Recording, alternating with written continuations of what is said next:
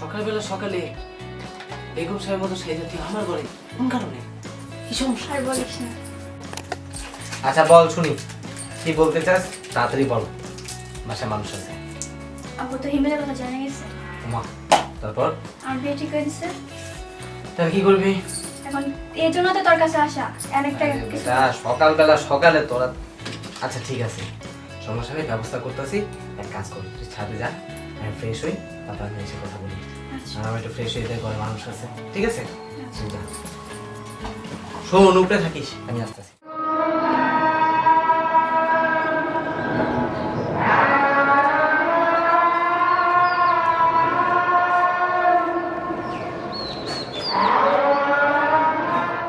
বল এবার কি সমস্যা?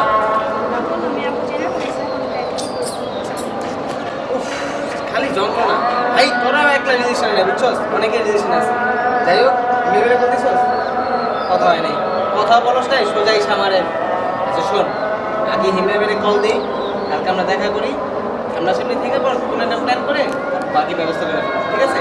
তো শোন, বাসে যেতে যা, আমি রেডি হই, বাসে যেতে আসি, ঠিক আছে? হিমেবেলে কল দিই। Funky, দুষ্টামি করে না, পড়ো। 11, funky, 12, funky, 13, funky, 14, funky. Hello মেহেদি ভাই বলো। আসসালামু আলাইকুম হিমেল ভাই।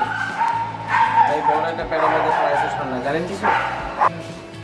আমি তো আসছি স্টুডেন্টকে পড়াতে।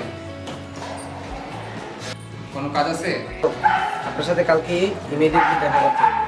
কিছু তো যায় না, যাই হোক তো কালকে সকালে দেখা করলে অনেক বড় বিষয়, সে এখন বলা যাবে না ফোনে, সামনাসামনি বলি, কালকে কথা হবে। আচ্ছা ঠিক আছে। ঠিক আছে, আপনি রেডি থেকে না আমাকে ফোন দিয়ে রাখবেন। ঠিক আছে ভাইয়া, ধন্যবাদ।